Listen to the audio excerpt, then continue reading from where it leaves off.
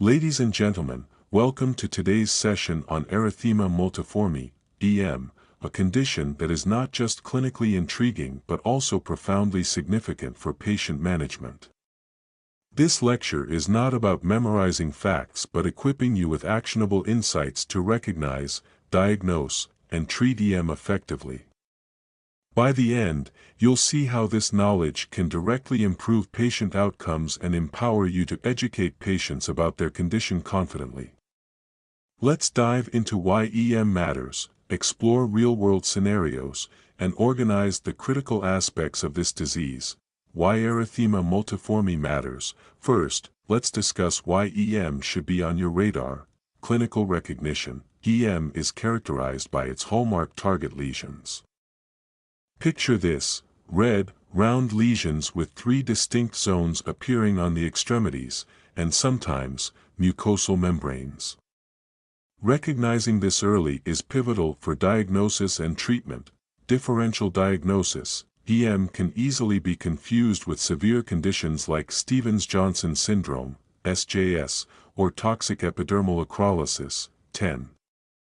These conditions demand drastically different management.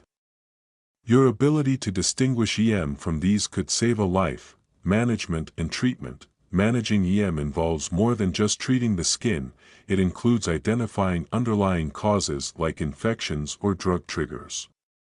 Knowing EM allows you to deliver targeted treatment, minimize complications, and support recovery.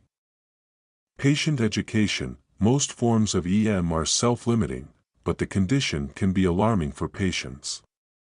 Your role in educating them about the benign nature of milder forms and the importance of trigger avoidance can significantly reduce their anxiety.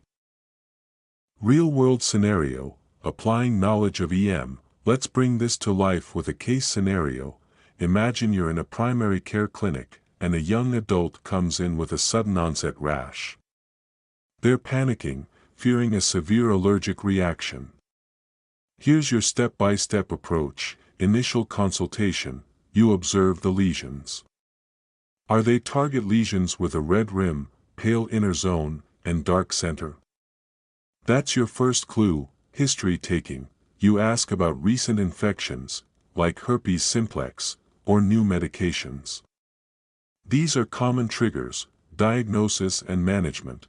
Based on the findings, you confidently diagnose EM, reassure the patient about its self-limiting nature, and address the specific trigger. Follow-up. You schedule follow-ups to ensure the lesions resolve and check for complications or recurrence. Real-life scenarios like this highlight why knowing EM is vital for your practice. Trigger identification in erythema multiforme. The triggers of EM directly influence how we approach prevention and treatment. Let's break them down. Infections. Herpes simplex virus, HSV, the most common culprit. Often, an EM outbreak follows a herpes episode by a few days to weeks. Mycoplasma pneumoniae, especially in children, this respiratory pathogen can trigger severe EM. Other infections, like Epstein-Barr virus or fungal infections, are less common but noteworthy. Medications. Sulfa drugs. These are notorious triggers. Anticonvulsants. Think phenytoin or carbamazepine, NSAIDs, and antibiotics. These can also provoke EM in sensitive individuals. Other causes, radiation therapy and autoimmune conditions are rare but possible triggers. Approach to trigger identification. Take a detailed history, noting any temporal relationship between exposures and symptoms. Conduct diagnostic tests like PCR for HSV or Mycoplasma serology. Review recent medications meticulously to spot potential triggers. The pathophysiology of erythema multiforme. The pathophysiology of EM involves a complex immune-mediated response that leads to the characteristic lesions seen in this condition. Understanding the pathophysiology helps in grasping why certain triggers lead to EM and why the disease presents in the way it does. Here's a detailed look at the mechanisms involved: immune response and cellular mechanism, cytotoxic reaction, at the core of EM is a cytotoxic reaction against the host's own epithelial cells. In cases triggered by infections, particularly herpes simplex virus, HSV, the immune system targets cells that have been infected by the virus. This is mediated by immune complex deposition, in some cases. EM may be linked to the deposition of immune complexes in the blood vessels of the dermis. This can activate complement, leading to further inflammation and tissue injury.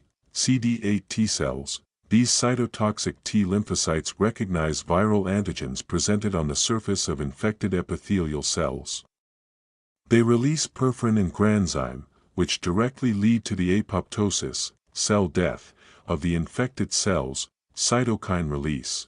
Infected or drug-altered cells may produce signals that attract immune cells, resulting in the release of inflammatory cytokines like tumor necrosis factor alpha, TNF-alpha, and interferons, which amplify the immune response and contribute to tissue damage. Clinical manifestations.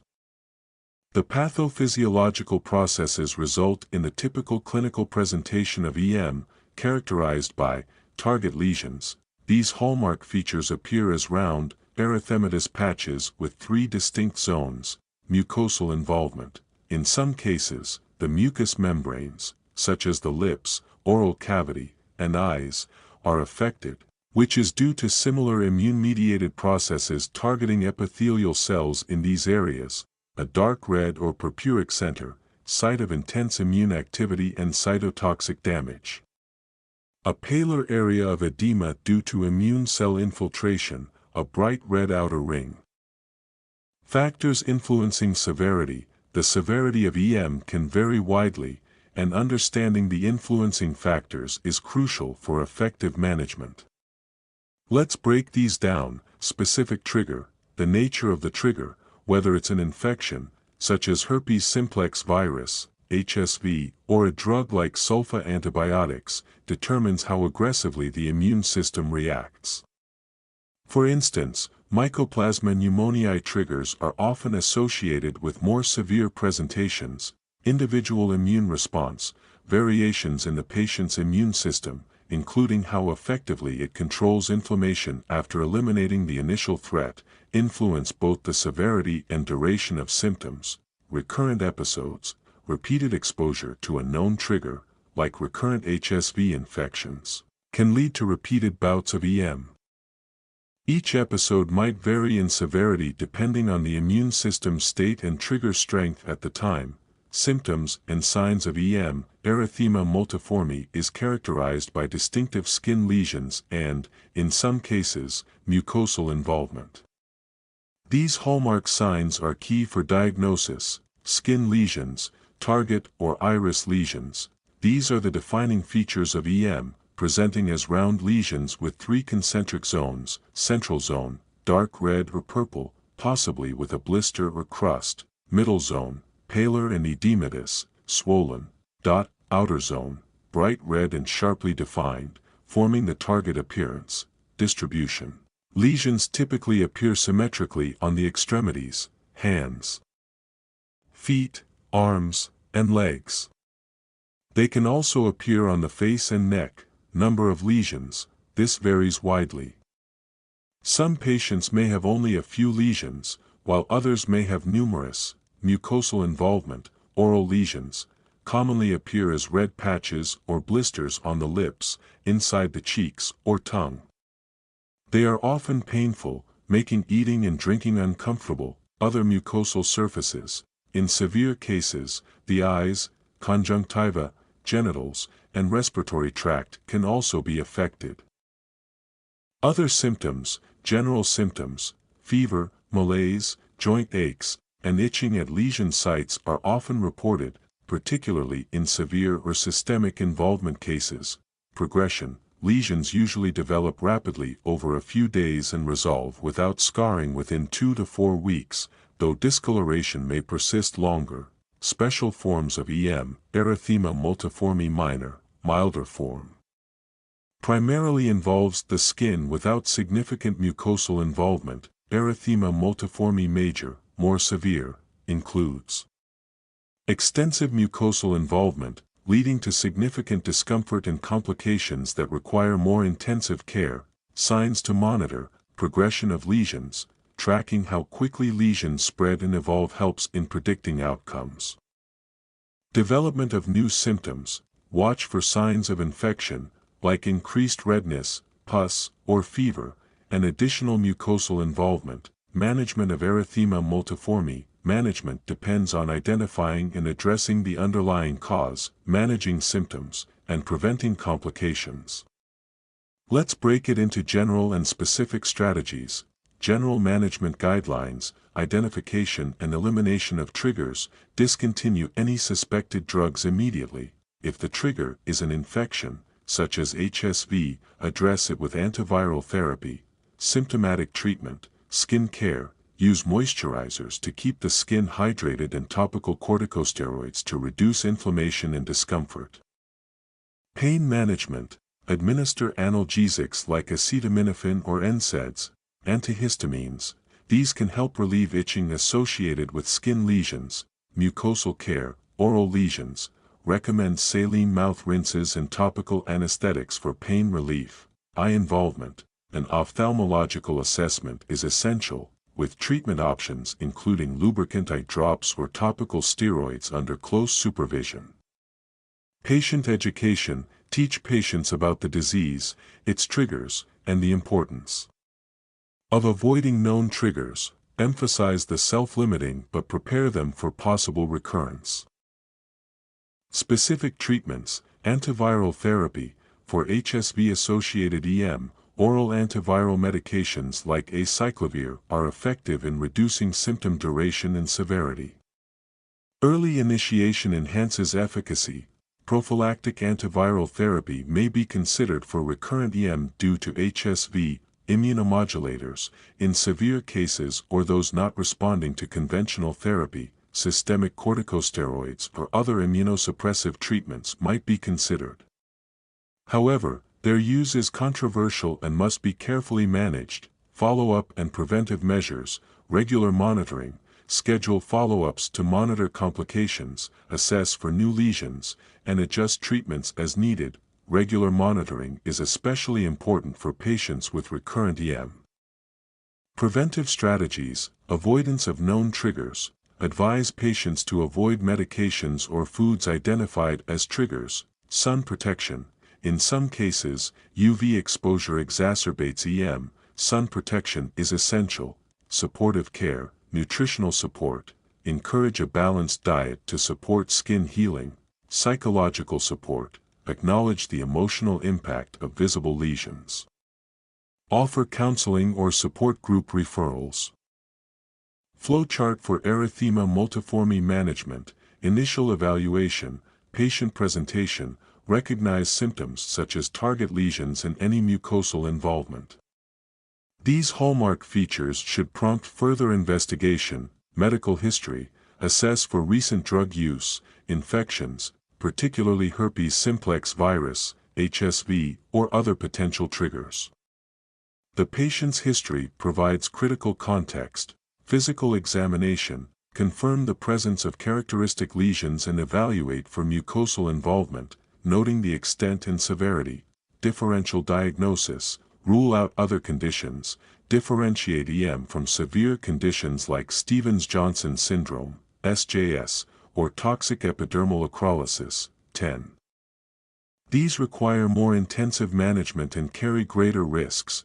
Consider other dermatoses with overlapping features to ensure precise treatment. Identify and manage triggers. Infections: if an infection is suspected, such as HSV, confirm with appropriate diagnostic tests, e.g., PCR or serology. Begin antiviral treatment promptly for confirmed infections. Medications: review the patient's medications, discontinuing any potential triggers, such as sulfa drugs, anticonvulsants, or NSAIDs.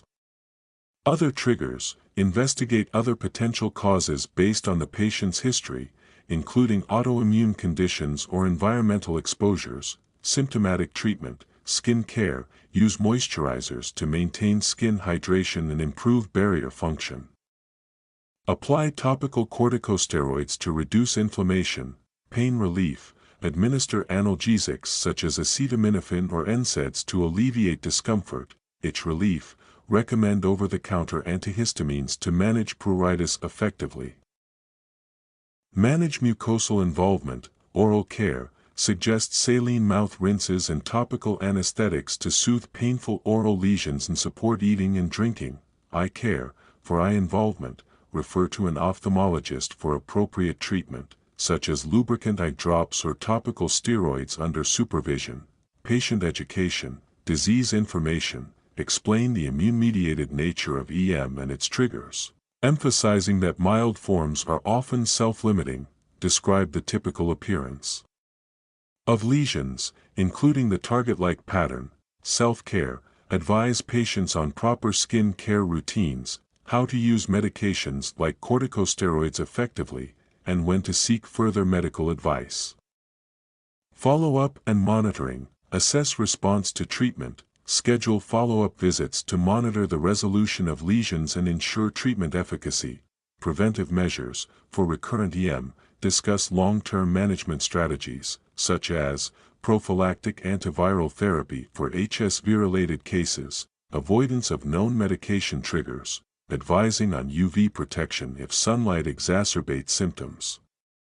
Referrals, if the condition worsens or does not respond to initial treatments, refer the patient to dermatology or other specialists as needed. Patient education, key to successful management. Patient education is vital in EM management, especially given its potential recurrence and the emotional impact of visible skin lesions. Here's how to effectively educate patients. Understanding erythema multiforme, nature of the condition. Explain that EM is an immune-mediated reaction, commonly triggered by infections like HSV or certain medications. Highlight its hallmark target lesions and, in severe cases, mucosal involvement. Symptoms, describe the typical appearance of lesions: a red outer ring, a lighter inner ring, and a darker center, sometimes with blistering. Managing symptoms, care for skin lesions, recommend gentle, hypoallergenic moisturizers to maintain hydration, advise avoiding known irritants that may worsen lesions, discuss proper application of topical corticosteroids, emphasizing adherence and awareness of potential side effects. Pain and discomfort, suggest over-the-counter pain relievers like acetaminophen or ibuprofen. Provide guidance on the use of oral antihistamines for itching, trigger identification and avoidance. Recognizing triggers, encourage keeping a symptom diary to track the onset of symptoms and potential correlating factors, such as new medications or recent illnesses. Discuss common triggers, emphasizing the importance of avoiding them if identified. Preventive strategies, for recurrent EM due to HSV, discuss the option of prophylactic antiviral therapy. Advise on lifestyle modifications to reduce recurrences, such as stress management and maintaining overall health. Follow-up care, monitoring, educate patients on the importance of regular condition monitoring, especially for recurrent cases. Instruct them on when to seek medical attention, particularly for worsening or spreading lesions. Regular check UPS, encourage follow-ups to adjust treatments as needed and address complications early. Lifestyle and wellness, nutritional support, discuss the role of a balanced diet in supporting skin health and immune function. Recommend foods rich in vitamins and minerals, like zinc and vitamin C, which aid healing. Emotional and psychological support, acknowledge the emotional impact of having visible lesions. Offer counseling or refer patients to support groups where they can connect with others. Documentation and resources, educational materials, provide brochures, websites, or other reliable resources for patients to learn more about EM. Offer visual aids to show the typical appearance of lesions and step-by-step instructions for applying medications. Contact information, ensure patients know how to reach healthcare providers for questions or emergencies. Conclusion, in summary, managing erythema multiforme is about more than treating lesions. It involves understanding triggers, providing comprehensive care, and empowering patients through education and support. By following a structured approach, you can ensure effective management, reduce recurrences, and enhance the quality of life for those affected by EM. Thank you for your attention.